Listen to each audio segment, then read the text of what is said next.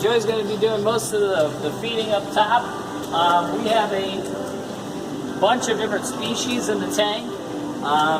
We have giant catfish in here. We've got bluegill. That guy right there with the long nose, that is a spotted gar.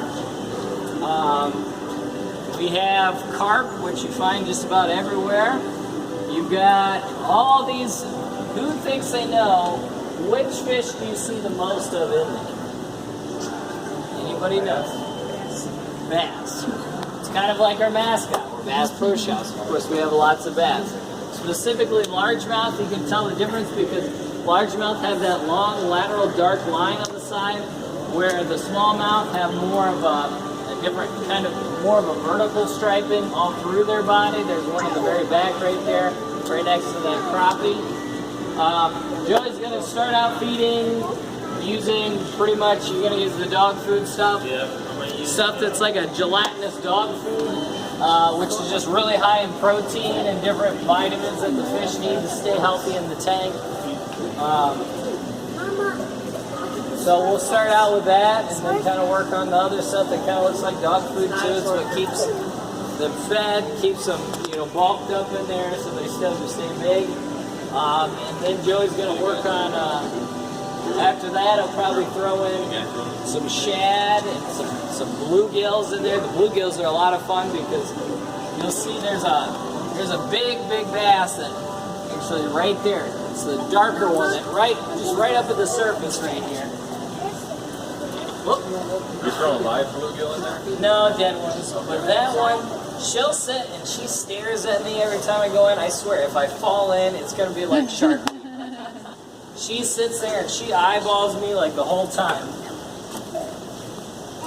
What I like to do is I take a big bluegill and then I throw it as hard as I can right down to the bottom. And that splash just makes this big reaction straight. But right now he's just kind of throwing the rest of his dog food, kind of moving on. Just a little appetizer for him. Bluegill is staring at you? No, the largemouth right there. You see the big one in the back. I see. And she just she's just staring at him right now. She knows exactly what's going on. She doesn't want to be grabbed and thrown to the bottom like you do with the other one. Yeah. Never mind him. So the other fish, there's walleye right now. You can see it has kind of a marbly eye.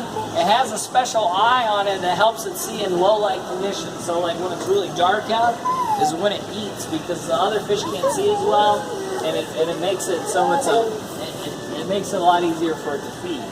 So that's why they usually are deeper water. Aside from spawning, you got some crappie right there.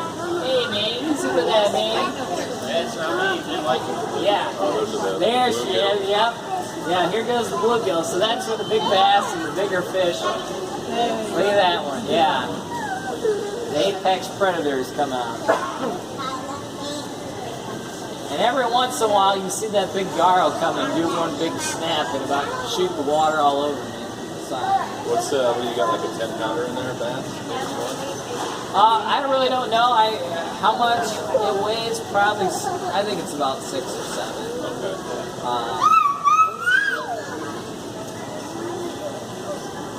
All I know is I'd like to catch it. So now I'm throwing shrimp now. Oh, the shad. Nope, just a shad. Man, I just got a good one. I'm going to save some of the food.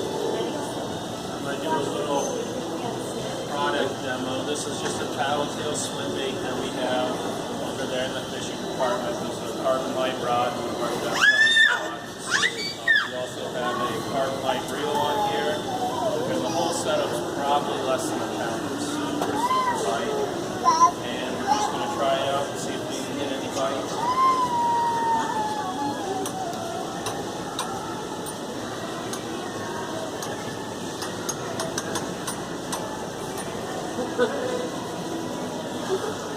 It's all about the falling.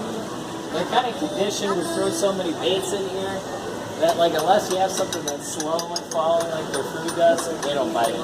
They know what's up. Yeah, they know because I mean, you think about it. All we throw in there just comes slowly down. Yeah.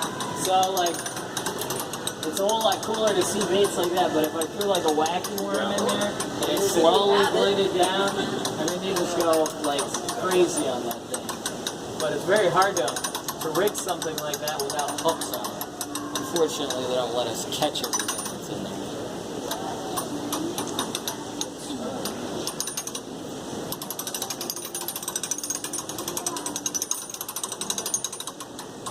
Oh, crappie bit at it.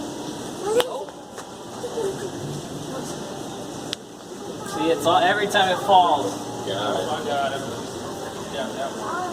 He won't let it go. He won't let it go. That's just a little product demonstration.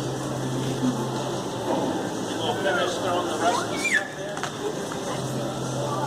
Don't fall in there, Joe. I told you, it's like shark week, man. We have some crab shrimp that we feed them as well. Only the That's divers. regular shrimp. That was on purpose. What is Divers that? come on like Little Wednesday. shrimp? Do they? Yeah. What did they do? Just clean the tank? Yeah, he comes in and cleans the tank. Yeah.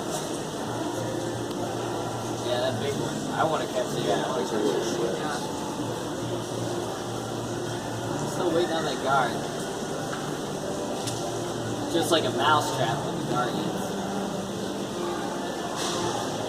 That's all that. So You'll also notice, if you look at the bottom right here, you see all the bottom feeders, you see all the carpenters, they're basically like the cleanup crew. So all that food that falls down, they've got little suction, like they're like little vacuums. They go to the bottom, that's why they have their mouths on the bottom of their mouth, on the bottom of them, rather than right in front, because they can clean up everything off the bottom. As you can see, there's mostly carp, the catfishes down there. That's my son's favorite because of the big bulbous eyes that look like somebody like, gave him a hug too hard or something. You like that one too? So you want to catch it? Yeah. Must be a hard one to catch. So you're gonna pull up.